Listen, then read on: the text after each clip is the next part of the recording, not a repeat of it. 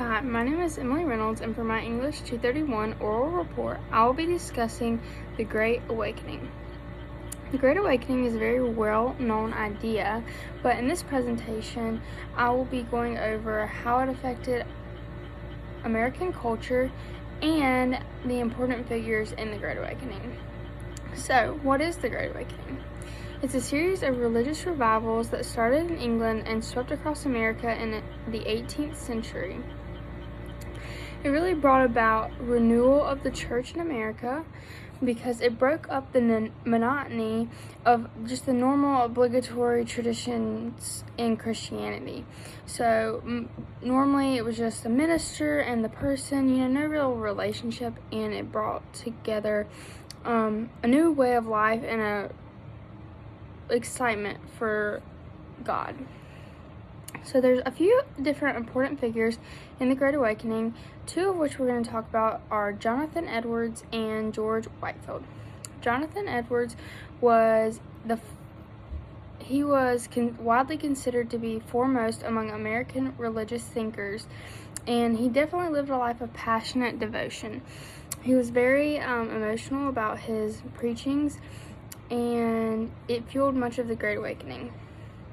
He first started preaching in Northampton with a very excited audience. Everyone was very receptive to what he was saying, and then he moved to Western Massachusetts to a town called Stockbridge, where he was preaching more to the Native Americans, and during the French and Indian War, that really proved to be troubling for him.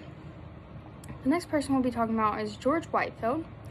George Whitefield was an Englishman. He was born in Gloucester, England, and graduated from Oxford. He was then ordained as a deacon in the Anglican Church, where after that he moved to America and he became a traveling evangelist throughout the northern colonies. But he also traveled down to Georgia for periods of time to help with an orphanage that he truly believed in Georgia. He was very well known for preaching to the common people. He didn't have to be elite to hear what he had to say. You didn't have to believe in the first place. He truly just wanted to share the Word of God to everyone. And a fun fact about that is that Benjamin Franklin actually became friends with Whitefield, but Benjamin Franklin was a big skeptic of religion in the first place, so that was a big deal for Whitefield. The next person we'll be talking about is Samson Occum. Samson Occum was a Mohegan Indian born in southeastern Connecticut in 1723. He was one of the first Native Americans to be ordained as a Presbyterian minister, and he actually studied under Eleazar Wheelock, who was very well known for teaching Americans at the Moores Charity School. After he got done being a student under Wheelock, he traveled to be with the Montauk Indians in Long Island, New York. He stayed there for many years, was very passionate about that.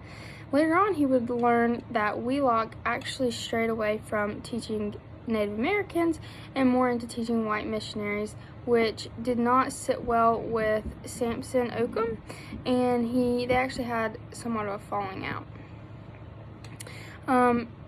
He continued to live his life teaching Native Americans about God, and that's what he was passionate about. So what does all this mean, and how does the Great Awakening connect to early American culture?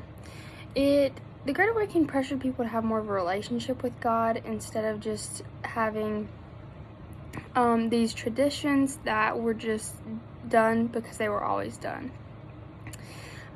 So the American people really came receptive to the grace of God and what He truly wanted for us. So in conclusion, there's been many awakenings in the years since the Great Awakening, but this Great Awakening shaped religion in America and really brought forth many of the things that we do today as far as religion go. Thank you. I'd love to answer any questions if you have any.